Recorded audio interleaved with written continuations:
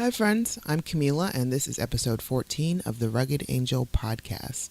As I have mentioned before, the Pittsburgh 48-hour film project is upon us. If you don't know what that is, well, let me tell you.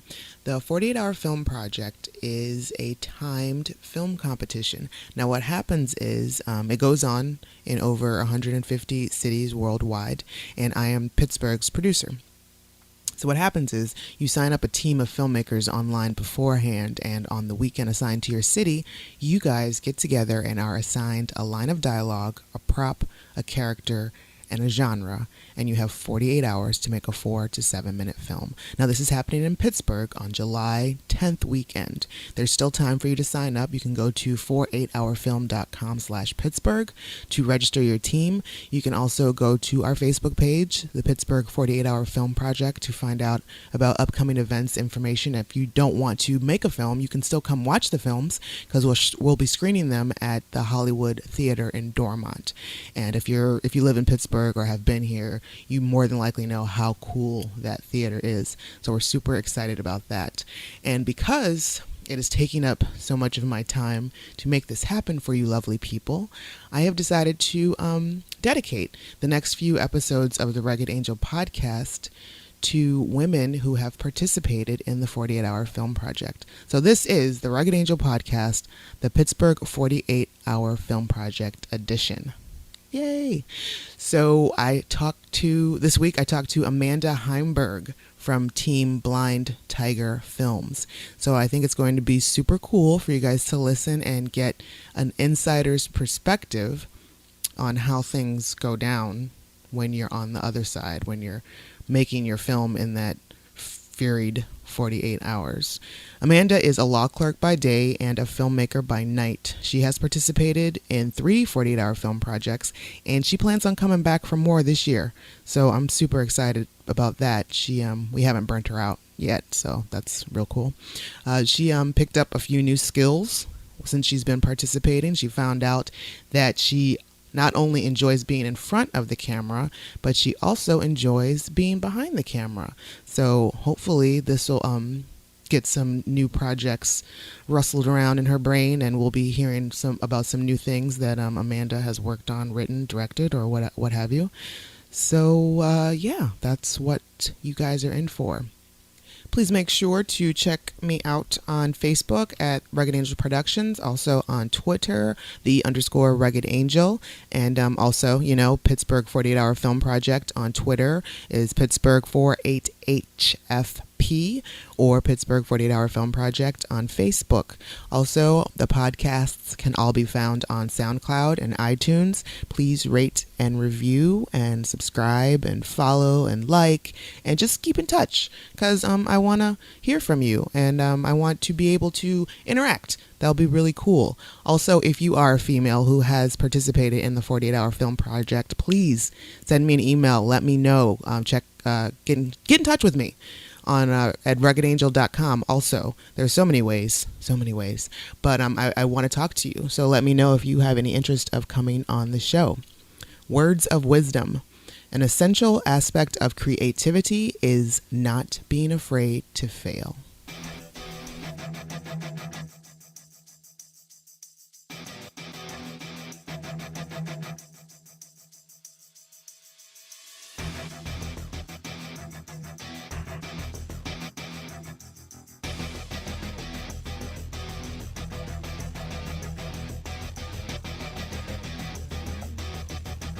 Amanda Heimberg, welcome to the Rugged Angel podcast. Thank you. Thank you for taking some time out to sit with me for an hour and just chit chat. So this is the Rugged Angel podcast. This is the Pittsburgh 48-hour film project edition. Very nice. So what we're doing is we're talking to all of our ladies most ladies who have participated in the Pittsburgh 48-hour film project. So, Amanda, I know you have participated in the past 3 or 4 years? 2 years, three projects. 3 projects, right. Nice. All right, so just tell me a little bit about yourself. Like, what is your profession? Like, you're not a professional filmmaker. That's a tricky question there. So my profession is I'm a lawyer. So I'm a law clerk downtown. I work for a judge. So we do all criminal trials. Oh, really? So there's a lot that goes on there. And then my part-time job is my fiance and I started our own small business making films. So doing wedding videos, doing promotional videos, creative stories, that sort of thing. So which came first, the interest in law or the interest in film? The interest in film. Okay. Yeah. So, but and how long has that been like part of your DNA? Film, I've always loved film. I never actually was behind a camera until I met my fiance. Okay. But I always loved being in front of the camera. I always loved performing. Really? Yeah, I was a big theater kid and dance and everything. So. Okay, so let's talk about that. So you were involved in theater in like all through high school, college? Yeah, through high school. Dance I did from when I was 3 through college. Theater I did from when I was, I don't know, maybe 5 through high school. Oh man. Yeah. What type of dance? Everything. Everything. So ballet, tap, jazz, up on your toes with the point. I did some belly dancing. Oh wow. That was hard. Yeah, I took one class once and I was like, it'll be simple. I'm like, no, this is very difficult. It's very difficult, especially when they add the little symbols on your castanets? fingers. Is that Yeah. what I don't know. I don't remember what they're called. But yeah, trying to time that with the music and with the dancing, it's that's a lot. tough. Yeah. What would be your favorite type of dance? Like what did you enjoy the most? Probably a mix between jazz and contemporary. I guess it's called contemporary now. Okay. When I took it, it was kind of jazz / modern. Okay. But I think it's called contemporary now for geez. the So You Think You Can Dance and all those Okay, things. yeah. So it's more of like the emotive dancing. So you get to kind of, it's not as technique driven. It's more like feeling the music and kind of telling a story and I took jazz when I was like, I guess junior high. And from like, I guess 5th grade through junior high, my aunt taught jazz. And so I was like, I just kind of played around with that. Do you still, are you still involved in dance? I do. Yeah, I do it on and off. I take some classes at Point Park. Oh, cool. Sometimes. I have a friend that does aerial dance where you're up on like these silks. That is so cool. Yeah, so I just took my first class How of was that. it? Oh, it was amazing. It was so hard. I hurt so much afterwards, but it's addictive. Like it looks like so much fun, and I'm always so amazed. It's a beautiful dance gorgeous. to see, to watch. Oh my god! Yeah. So hopefully I'll be doing that now, but we'll see. That's super cool. Is it like so you're not afraid of heights at all or anything like that? I am, but surprisingly, like I climbed up it and I was fine. I don't know. So I've been slowly working on getting rid of my fear of heights. So that's good. Yeah, I guess out of all the ways or reasons to get rid of that fear, I think that would be a good one as opposed to like jumping from a plane. Right. Or, Yeah. No, I did at Kennywood, they have that thing where you go up on the, it's like a sky coaster, I think is what they call it. It's like a bungee jumping kind of thing, and they drop you. I did that. That was terrifying. That sounds horrible. Yeah, I don't enjoy I just screamed roller the whole coasters and stuff anyway. That's definitely not for you then. No. Absolutely not. Oh my god. Okay. So you said you weren't really involved behind the camera until you met your fiance. Yeah. Now he was already like really involved. Yeah. So he actually started making films with his friends in high school. Like, he just had, cheap camera. He figured out how to do the editing on his computer. I think it was actually before YouTube, so he figured out a way to like host their videos online. But yeah, nice. It's crazy. Yeah, they made all these like slasher films. He's still got them, so they're fun to watch. That sounds fun. Yeah, they're a lot of fun. But so he did that through college, and then law school kind of tapered off with it. And we just kept saying we wish we'd still done something with it, something more. So we decided to just try. That's super cool. Yeah. So did you go to, what college did you go to? I went to John Carroll, and then I went to Pitt for law school. Are you from Pittsburgh originally? Where are you from? Cleveland. Oh, I don't breathe heavy like that on my account. I'm from Toledo. Okay, nice. All right, I'm in good company then. Yes, exactly. OH10 represent. Every time I mention Cleveland, it's like, oh. Yeah, I know everybody. Pittsburgh gets all up and crazy, and I don't even care about football. So see, neither do I. It doesn't matter. It doesn't affect me at all. But people just, it's funny. All right, cool. So we got another Ohioan in the house. That's pretty good to know. Oh yeah. All right, so the first year that you participated in the Pittsburgh 48-hour film project. Yes. How did you hear about it, first of all? How did we hear about it? I think at the Hollywood Theater. Okay. Is how we heard about it. Yeah, we had just moved to Dormont. Okay. And we were going there for like Rocky Horror and nice. just different kinds of old movies. And I think we saw a flyer there. Awesome. I can't actually remember exactly what I feel like we've just always known about it. Now I'm trying to think back at how we started. Yeah, I think it was at the Hollywood Theater. Okay, and the name of your team was and always is Blind Tiger Films? Yes. And that's also the name of your production company? Or? No. Okay. So our production company is Cinebard Okay. Films. So cinematic and then Bard, like a Shakespearean storyteller. So kind of you guys bringing got them real together. Smarty pants in there. Smarty pants, yeah. Nice. Tried to make it sound cool. No, the Blind Tiger Films. Where did that name come from? It's actually a little bit of a riff on my fiance's. His name's Josh, so I can stop saying fiance. It just sounds weird. Josh is when they made movies when they were in high school. Mm-hmm. Their company was called Friggin' Tigger Productions. So we wanted to come up with something that they had like this little Franken Tigger, I guess, that would move and dance, but it kind of sounded like he was saying Friggin' Tigger, so that's what they went with. So we wanted to do some kind of riff on that, so that's where the tiger came in, and we just kind of played around with cute different things. That's what came up with. Yeah. Now, as like I know some people who have such a vast difference of like professional life and you know the film life. Are you concerned at all with the two clashing in any way? Are you concerned with like say some of your coworkers or people or anybody that you work with seeing any of your films, or concerned about the content at all? We haven't made anything too well. We've made some pretty crazy things, I guess. I'm just thinking back to the horror one. There was a lot of blood in that. It was a little disturbing. No, I mean they're pretty separate, really. Yeah. It's it never interferes with work at all. Okay. I don't know if my coworkers are really that interested in seeing our films or not. I think they're a little outside. They're a little crazy. Gotcha. They're just the completely films, not the yeah. not the people. No. Like the people you work with are probably. It's probably safe to say this is the circle of which you work, and then this will be the film. Yes, the 48 hour. Two separate circles. Definitely. They're hardly ever going to connect at any point in time. Yeah. All right. So the first year that you participated, Mm-hmm.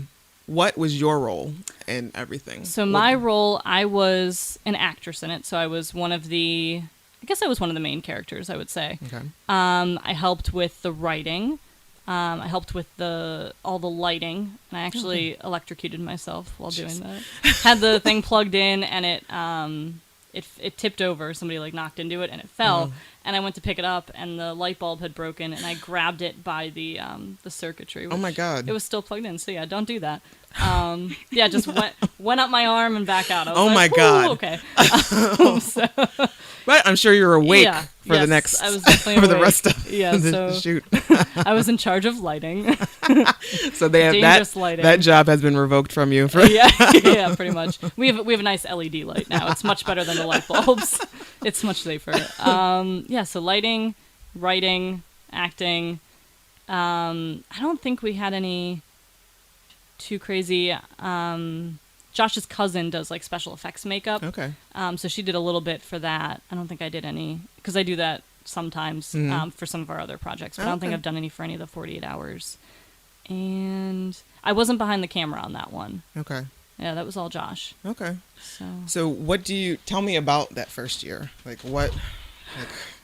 Like how? Because I know a lot of people. Like I've participated before I started producing it. I participated the first 2 years, and you learn a lot about yourself. Oh yeah. And you learn a lot about what you get involved in. And there are many times you're like, why are we doing this? Oh yeah. So, but just like I mean, was it just overwhelming? I mean, I know there are moments of. It was overwhelming, but it was so much fun. Right. I mean, like it never felt too much. Mm-hmm. I mean, it was always on like the brink of being too much, you know. Right. Like we didn't sleep because Josh did all the filming and all the editing. Oh wow! So he was up the whole time, Holy and cats. I felt like I needed to be up with him, so I was. I'd take a few naps because I had to drive it in to turn it in. So like I should nap at some point in the 48 hours, but it was just so much to do, but it was so much fun. Like it was just nonstop. Were there a lot of you on the team? There were. I'm trying to think. I think there were maybe 8 of us. Mm.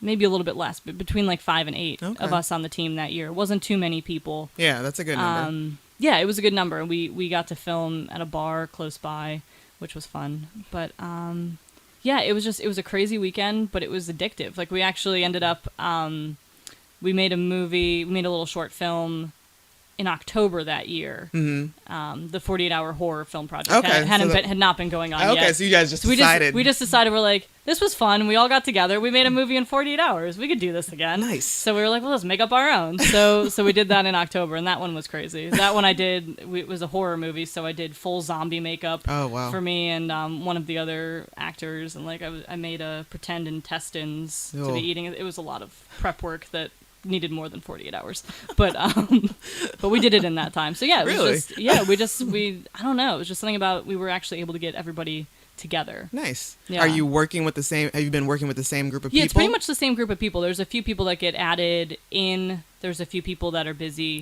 depending, but it's the same pretty much core of people. Nice. Yeah. So that way you kind of like, you just develop a sort of shorthand, like with these people. Like, you guys they know already what to expect. Yeah. We always do it the same way. We always, as many of us that can go to the kickoff, go to that, and then as soon as we start driving back, we just start writing. We just start trying to, kick around ideas, and usually by the time we get home, we have an idea fleshed out. That is one of the best ways to go about it. It's definitely the best. It really helps. And then we just, have pizza ready, and we eat the pizza, and then we just keep writing.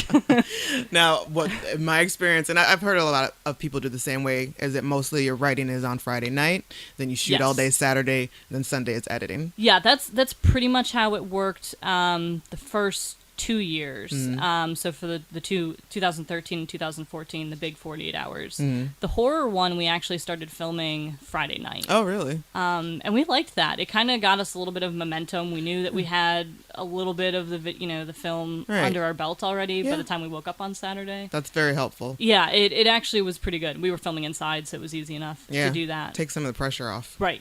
Some of the already added pressure. Yes. But that one, I mean, even doing that, we still filmed pretty late into Saturday, I think. Oh, wow. Yeah, pretty late into Saturday night we were filming that one. Okay. It was just a lot of scenes. So your second year, what were you doing behind the camera? Like, you said you weren't doing any filming at all yourself. Right, not the first year. The second year, I did some behind the camera, just assisting. More lighting. I didn't act in that one. And it was a silent film, so I helped with writing, but we weren't writing dialogue. Right, we weren't writing dialogue. So it was more just like dressing the set and getting everything together, making sure the camera was set up right, the lighting was set up right, the sound. Nice. Or not the sound. Yeah, we didn't have to do sound. That was actually kind of nice with the silent film, not having to worry about the sound syncing up. That actually was kind of nice. But so the first time that I actually was behind the camera was the horror one. Okay. Because Josh ended up being kind of the main character, the narrator. Right. So I filmed all those shots, and then some of the other random killings I filmed also. So it was fun. While he was editing, we were just kind of making stuff up and just filming other scenes. And we're like, hey, somebody could die this way, so let's film that. It was a very strange experience doing that, but we didn't scare any neighbors, at least. Well, that's good. Yeah.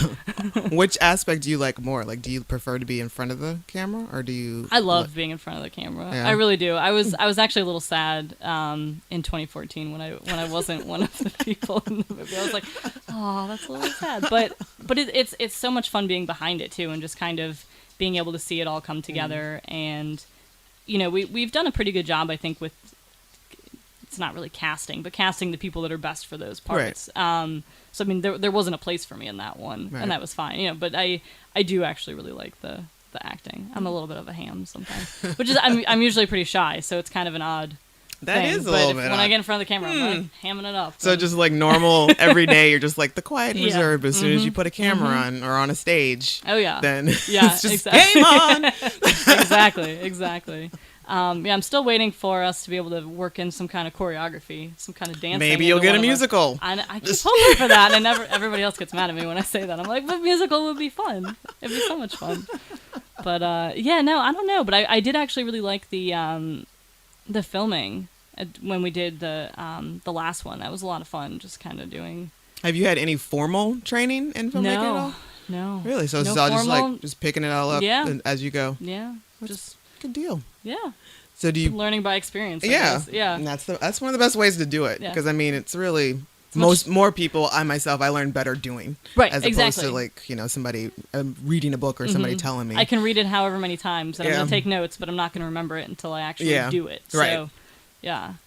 Oh, okay. Yeah. So your second year, did you feel a little more confident? Were you guys a little more? We did. We felt more confident, and we actually brought in Josh's two best friends that he had done the Friggin' Tigger productions with. So they came out from Philly to surprise him. So they came out on a train, and we came back from the kickoff, and they were there. It was all exciting. Nice. So so they were the two. The band got back together. The band got back together. So they were like the two stars of that one, and they were perfect in those roles. They were just their chemistry is great together. Oh, cool. But so it was a little bit of a bigger team that year, because they came out, and I think Josh's brother came out to help too. He helped on one of them. It was that one. Yeah, his little brother came out to help too. Aww. So we had a bigger crew. So I was kind of in charge of keeping everybody where they were supposed to be, and doing script supervision and all that sort of stuff. Yeah. But I mean, we definitely felt more confident. Like we knew things that had worked and things that hadn't worked from before. I think we definitely went in more confident. Yeah. And so it was still really hard though. Yeah.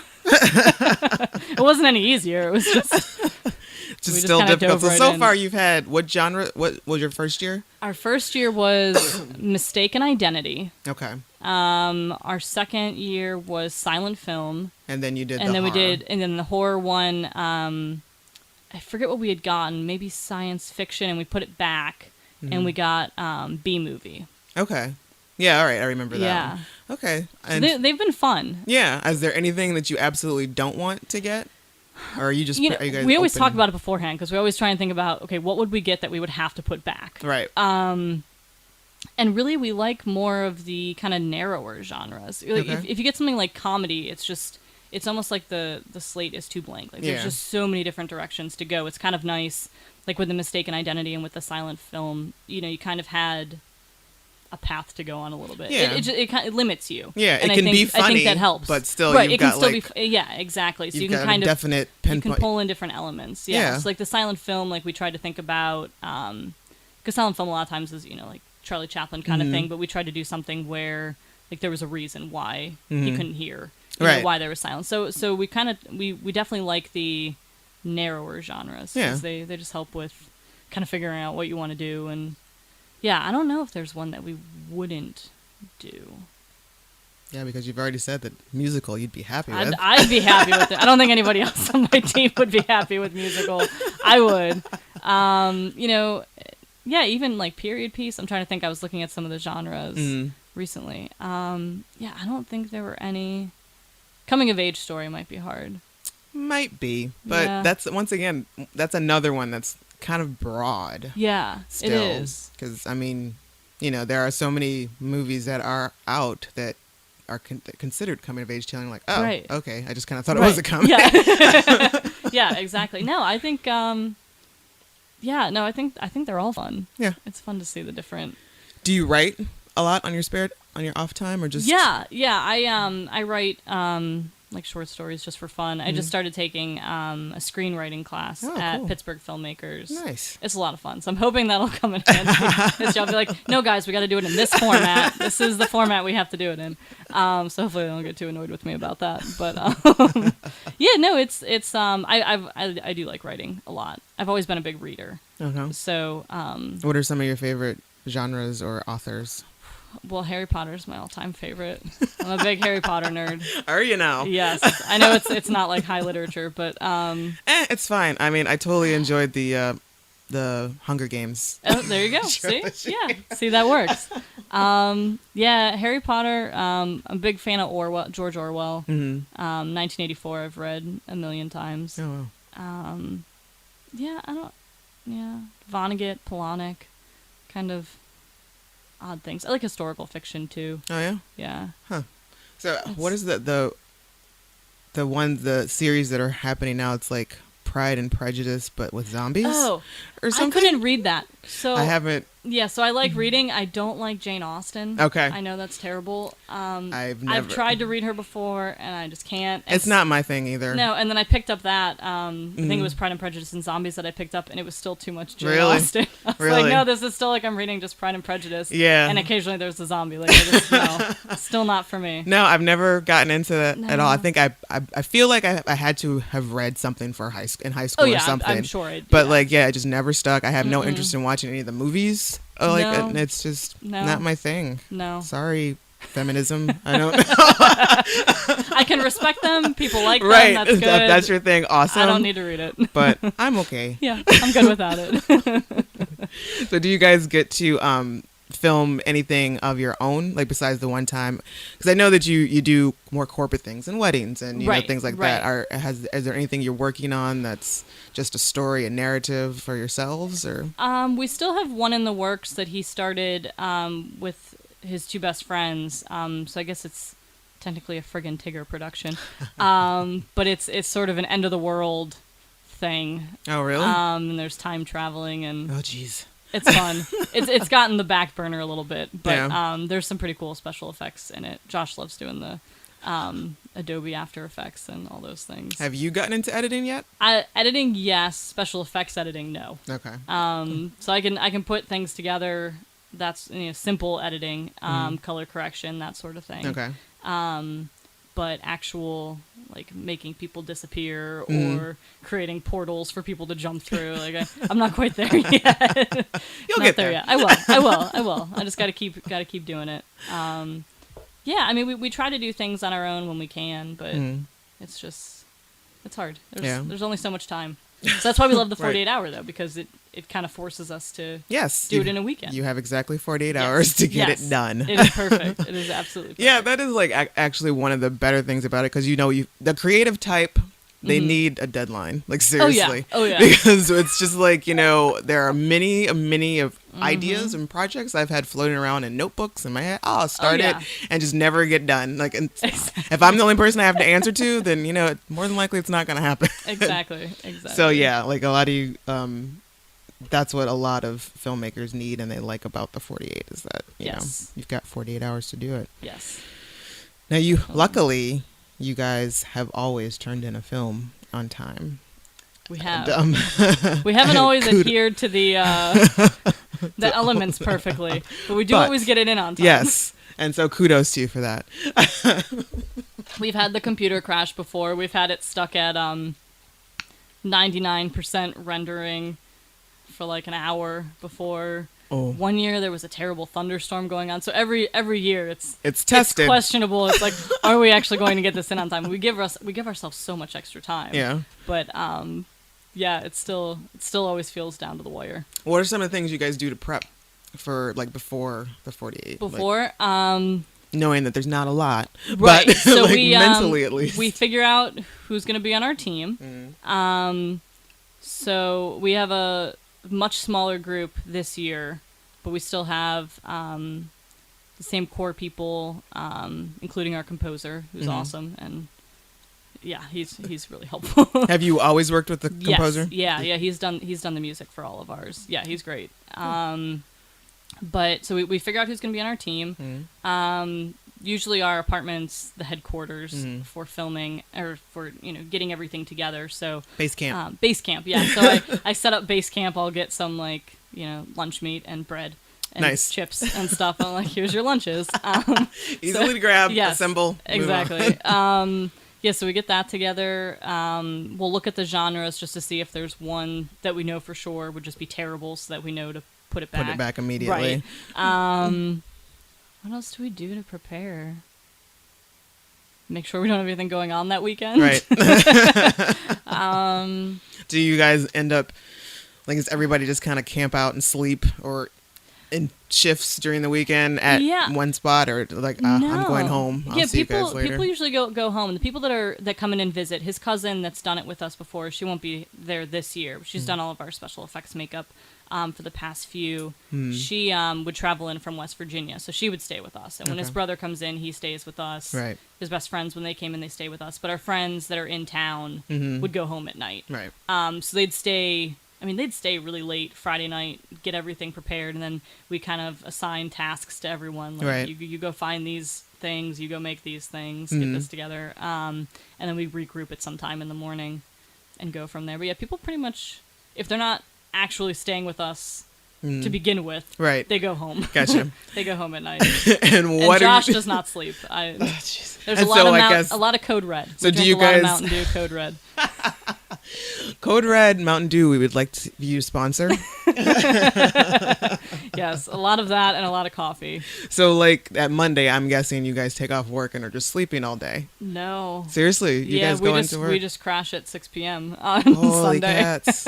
Oh my God. Yeah, and I guess you just sleep on through. Yeah, That's it's nuts. no time off of work from it. I usually I'll pick Josh up right from work to go to the kickoff actually. Okay. And then yeah. It's just going from there. Just going from there. Is he also in law or lawyer? Yeah. Or what? Yeah. I'm sorry, you said you're a law clerk. I'm a law clerk, yes. Okay, and he's a lawyer too. Okay. Yeah. All right, cool. Yeah. Okay, so I know I just totally got distracted. Okay. But we turn things in on time. Yes, you turn things in on time. Congratulations. It's important. Make I sure try to do be that. You very turn punctual. in a film and you turn it on time. Yes. Let's, at the worst case scenario, like at least your film gets shown. Like Right. at least it gets screened. And that's huge. It's so big seeing that on the big screen. Especially, and it's just like awesome. after all the hard work that you've done, and it's just a good feeling because it's not that often that people can just see. Like even even now everything is so accessible and everybody can have their film on YouTube or whatever, Vimeo. Not everybody gets it up on the big screen and go see it at a theater. So. And it's a big difference between seeing it on like a computer screen and seeing it on a big screen. Yeah, exactly. There's no comparison. We love that. What are some of your favorite films in general? Do you have a favorite film or genre? Ooh, that's hard. I'm trying to think. I've always been a huge Tarantino fan. Oh, really? Yeah, I saw Pulp Fiction at way too young of an age. I remember, I think I was in 4th grade when I saw it. How old are you? 28? Yeah, 28. Takes me a second to think about it. No, I get it. Sometimes I have to do the math. I think it's every birthday I have to yes. After 21, I stopped counting. What's the point? It doesn't matter at this point. Yeah, exactly. When you get to 30, you'll remember that. Right, and then, right. Yeah, it'll be until you're 40. Yep. So you saw Pulp Fiction when you were in 4th grade. Yeah. I remember my mom saying, "Don't do any of these things. Don't say any of these things. Just don't do any of this." Was it in the theater or was it on VHS? It was on VHS. We were visiting my cousin, so we were just at his house and they were watching it. So I was watching it, and then do you even get it at that age? I got some of it. I mean, most of it, no. But I didn't get to see the full movie. My sister, at the time, was in love with John Travolta. Oh. So when John Travolta has an unfortunate thing happen in the movie, I don't want to spoil it for anyone that hasn't seen Pulp Fiction. 5 people. 20 years? I don't know who wouldn't have seen it. Anybody under the age of 12? Yeah. John Travolta gets shot. She freaked out and pulled me out of the room. She's like, "We can't watch this. This is terrible." Oh my God. Yeah. So when I finally, when I was in high school, I think I finally actually watched it again. And I remember thinking it was so funny because he's in the majority of the movie even after that. Because it's not. It's not linear. Yeah, it's not chronological at all. So I was like, well, she could have seen him more. It wasn't the end of John Travolta in the movie. She to this day she doesn't know. No, she does not. So I love those movies. Probably Reservoir Dogs is my favorite of those. Oh, nice. It's just the dialogue's entertaining, just the way they talk. And you can always count on Tarantino films to be very dialogue heavy and entertainingly so. There's a lot of people getting shot and murdered and things blowing up also. It's not like your typical dialogue heavy indie film, but exactly. It's definitely in there. One of the, and I still don't remember if Tarantino wrote it or directed it, but the Planet Terror, the second one, not Death Proof. Yeah, Death Proof. That's the one that I love. I absolutely love. Yeah, Death that's Proof. his. It's such a good movie. Like Planet Terror was just a little too much. I don't know. I didn't make it through Planet No, Terror, it was really. honest. It was kind of gross and boring, Yeah, and it was weird. Yeah, but yeah, Death Proof was. Death Proof was great. Was awesome. And the dialogue was great in that one too. I mean, just listening to the women talk to each other right. was just. I love that. Like exactly. I feel like I'm actually sitting there. Right, and it's also in their conversation. Like also From Dusk Till Dawn. He didn't direct that one. I think that was Robert Rodriguez. Yeah, I think. But he was in it. Yeah, he might have done some writing. I think he did some writing. Yeah. But it's also they're kind of the same. Where I'm watching, I've seen them both several billions of times. Right. But like From Dusk Till Dawn, like I always kind of forget. I'm always surprised when it's like, oh, it's a vampire movie. Like once they finally get to it. Nowhere. Yes. Right. And the same thing like in Death Proof. Like once we get Kurt Russell's in the car with Rose McGowan, it's like, yeah, that's right. This guy. Yeah, it's it takes you by surprise. Yeah, it's like every time. Every time, yeah, that's true. So, has there been anything during the 48 that you have learned, like anything in particular that you've learned about yourself, or that you like a skill that you've picked up, or something that you were able to hone in? I would say, I don't know. I guess when I got to actually be behind the camera in the horror one, I really liked that. So I was kind of, it was the first real time that I'd been doing that. Not the first real time, but the first time where like it was just me and Josh wasn't there doing it with me at the same time. And he was acting, so he couldn't see what I was doing. Right. He's just doing his thing. That was a lot of fun. Yeah, I really liked doing that. And so you'd love to give that a try more. Yeah, and I liked one of the scenes in it when our friend Corey gets choked. I directed that and like told them what to do and like figured out where the shots were at and everything. It was fun. So you think you'd love to do some more camera work? I'd like to do more camera directing. work, more directing. Yeah. And the writing I already knew that I liked. I still really like it, but I knew that I already enjoyed doing that. I'm trying to think what else. The special effects makeup was a thing that I learned also. Yeah. From when we did that zombie film just on our own. Kind of basing it off of what his cousin had done. Okay. And just kind of trying it out. Like, I have no experience with that at all. Like, she went to theater. Like, she went and like majored in theater. Like, she knows how to do all this stuff. Like, she's taking classes on it. And I just watched her and like watched a couple of YouTube videos. Nice. Yeah, and I really like doing that. That's a lot of fun. I actually did for Halloween last year. We were Terminators. So I had like the battle scarred Terminators with like the foil. Like, and you did the makeup for that? Yeah, so I had like it was like aluminum foil underneath, but like the skin was coming off. That's awesome. It was so much fun. Yeah, so it was just finding new skills. Yeah, because I didn't know that I could do that. Yeah. So that was a fun thing to learn. And the camera, I love. And just the directing. The directing was a lot of fun. Well, cool. Yeah. All right. What story would you like to tell? Like, because I know you write, and story would I like to tell? Is there something that you have in the back of your mind, a film that you would like to make, one that you are waiting for the right opportunity and the right circumstances to put out there? That's a heavy question. Do I have a story that's waiting? I mean, you don't need to get into specifics, but yeah, I mean, yeah, I'm going through. Yeah, I think. Trying to think. Yeah, I think there's definitely, not an autobiographical story, but there's like certain things that I've gone through that I think could be good bases for, like a jumping off point for a film. So I think that I would like to do something in that vein. I guess it would be a coming of age story. But yeah, I mean, there's a lot of things. I'm always writing down ideas that I have, things that I think of. Being in criminal court, a lot of ththings that are just strange pop up. So I try to just keep in the back of my mind, just because anything can turn into a story, right. Just anything. So, yeah, I mean, it's on my phone, but I'm always keeping notes of things. Yeah, I have a lot of ideas. I have to, start getting them out into an actual, full-fledged story. Well, what brought you to Pittsburgh? Law school. Yeah. Yeah. What kept you here? Did you get a job directly out of? I fell in love with Pittsburgh. When I was looking at law schools, I applied to way too many law schools for how much it costs to apply to law school. But I applied to a lot, and I visited Pitt, and I fell in love with the Cathedral of Learning. The law school is not there. There's no reason why I would go to school just for the Cathedral of Learning. But I fell in love with the architecture of it. And the Carnegie Museums, they have that Hall of Architecture. I fell in love with that, and I just was like, this is a cool place.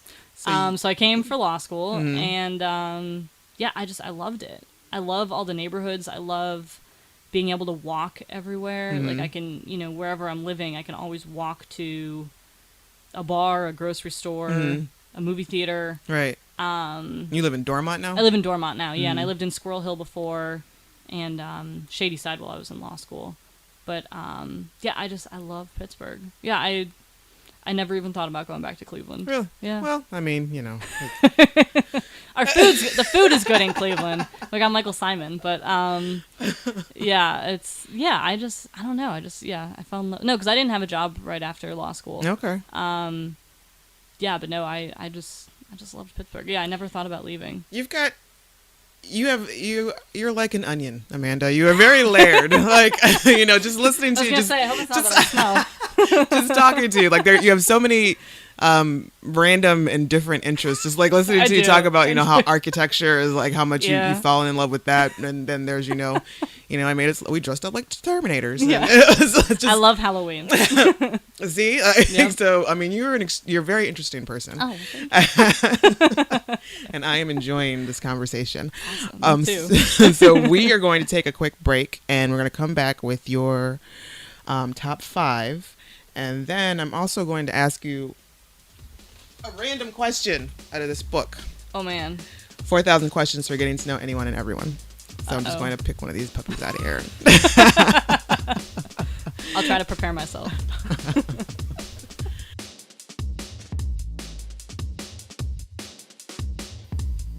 Are you a filmmaker? Do you want to be a filmmaker? Do you think you could make a film in 48 hours? Well, now is your time to test that theory. Pittsburgh, the 48-hour film project, is back for another wild and sleepless weekend of filmmaking. July 10th through 12th is the weekend that we are giving you. If you're not familiar with the 48-hour film project, this is how it goes down. We give you a genre, a character, a prop, a line of dialogue, and 48 hours to make a 4 to 7 minute film. All the films will be screened at the Hollywood Theater the following week.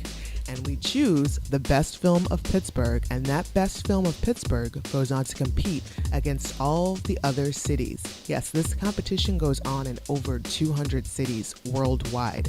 So this is just a great thing to be participating in.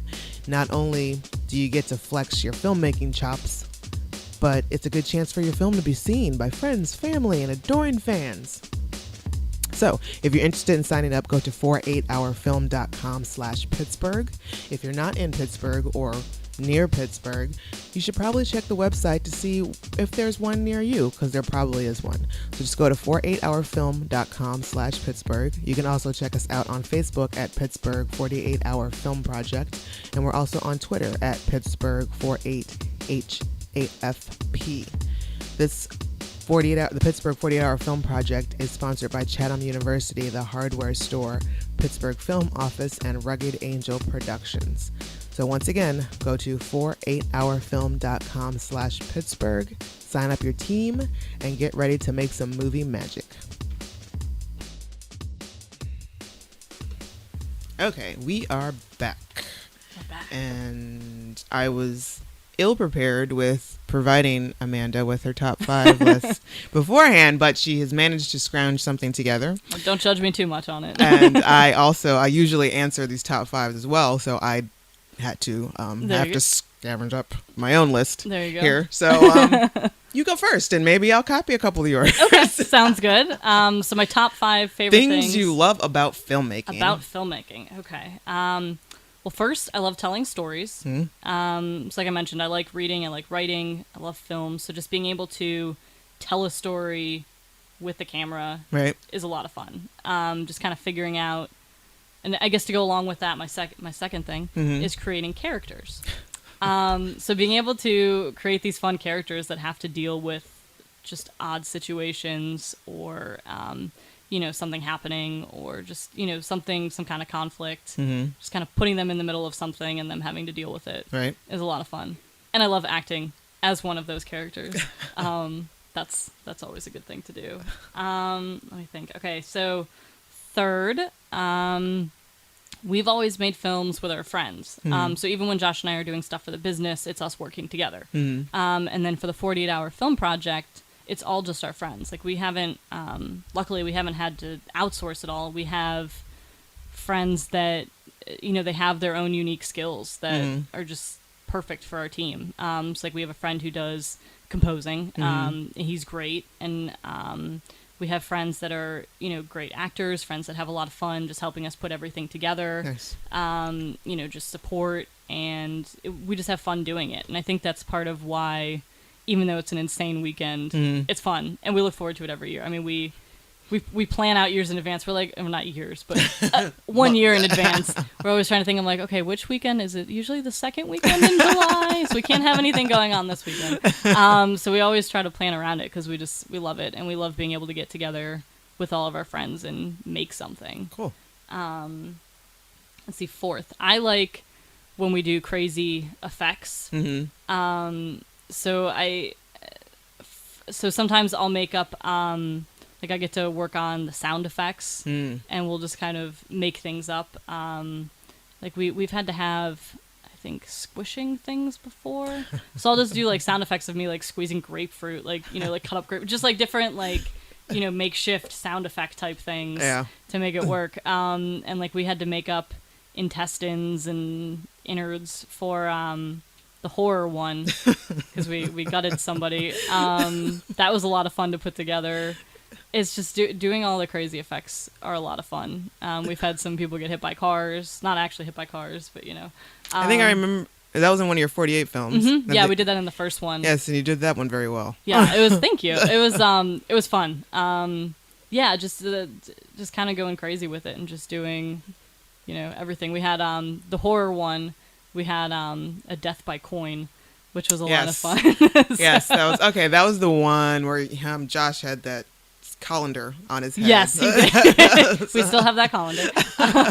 Yes, he did. That was his mind control machine. Yeah, that was a pretty great use of the prop. I remember that one. I think it was the winner. Okay, yeah. There you go. Because that stuck in my head. I was like, yeah, that was a really good one. I remember that. Yeah, it was, and we just that was one of those things where we were just thinking of different ways for people to die in the movie, and we were like ninja star. And then one of our friends thought of it should be the coin star. Like throwing a coin star. We're like, oh, that's great. So yeah, just doing fun effects and just having fun with it. And then number 5 would be seeing it on the big screen. There's just something so satisfying about being able to invite all your friends that weren't able to be a part of the 48-hour film project to see it. My parents always come out for it. Aww. They drive in from Cleveland. Nice. They go all excited. But it's so much fun to sit there and watch it. I mean, it's terrifying and it's fun. Because you never know how people are going to react. Are they going to find funny what we thought was funny is, the drama funny and not dramatic.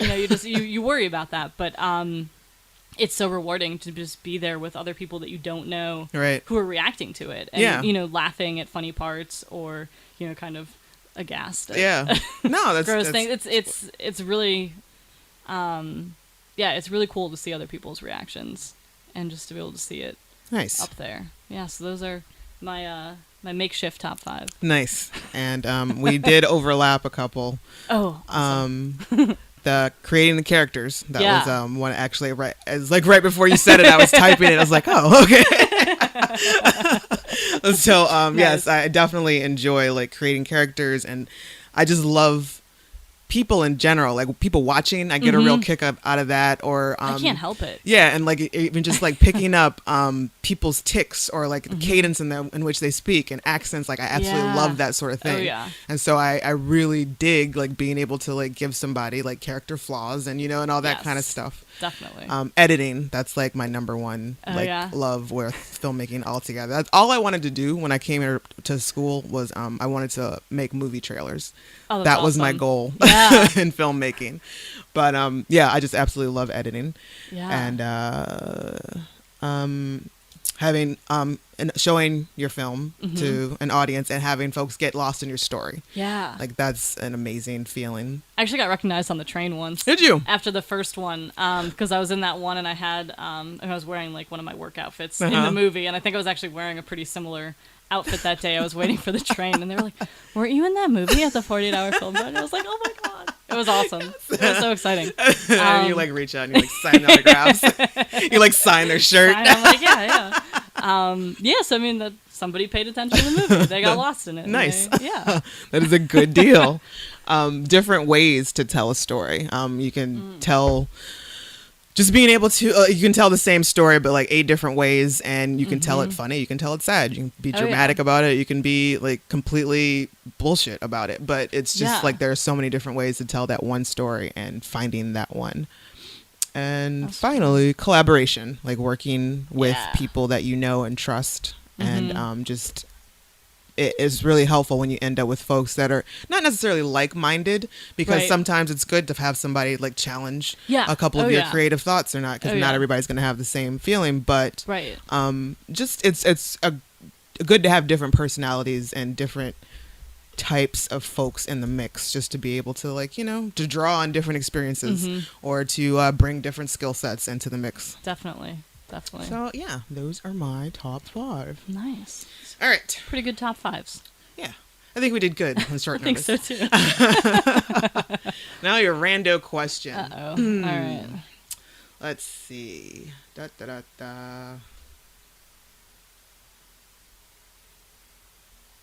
Okay. What famous people do you most enjoy reading about? Ooh.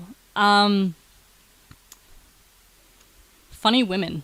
Yeah. So I've started reading more. I don't know what you would call them, but like, I guess they're autobiographies or memoir. I don't know what you would call them. I think it's memoirs.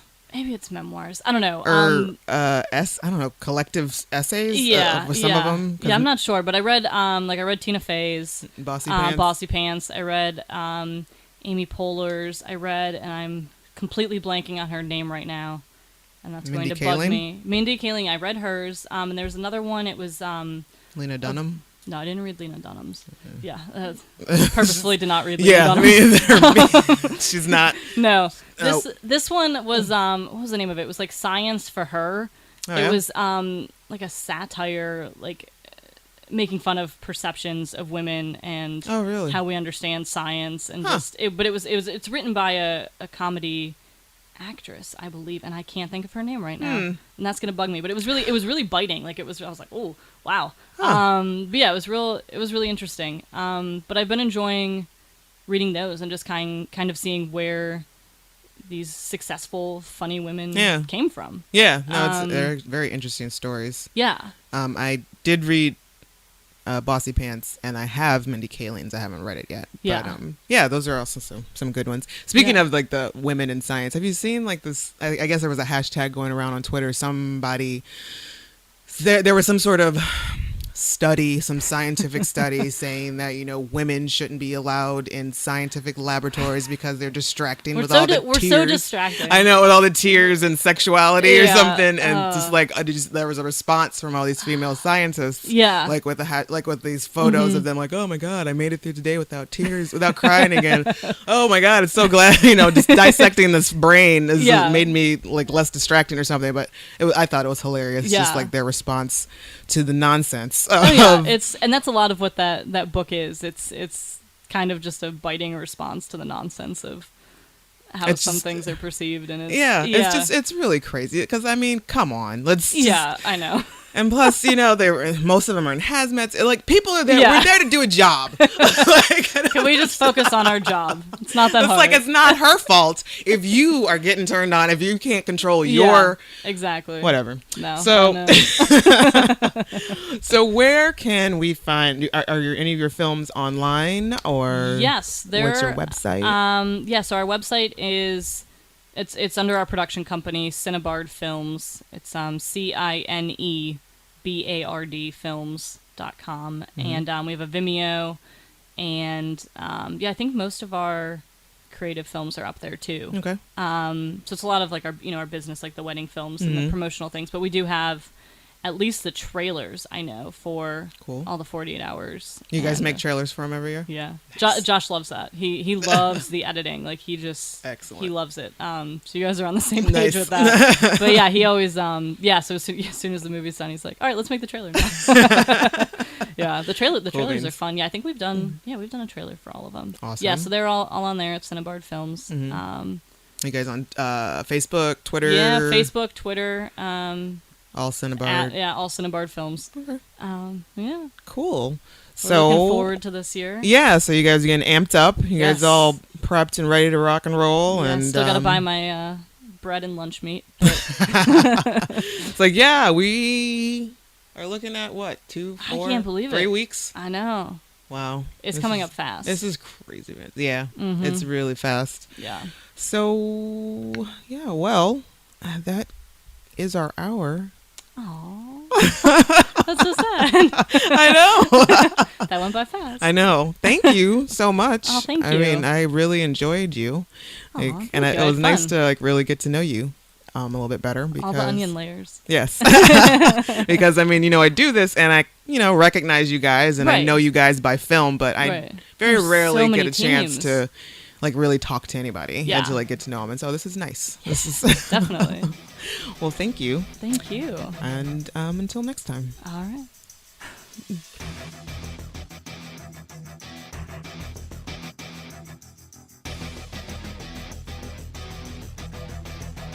This has been a Rugged Angel production.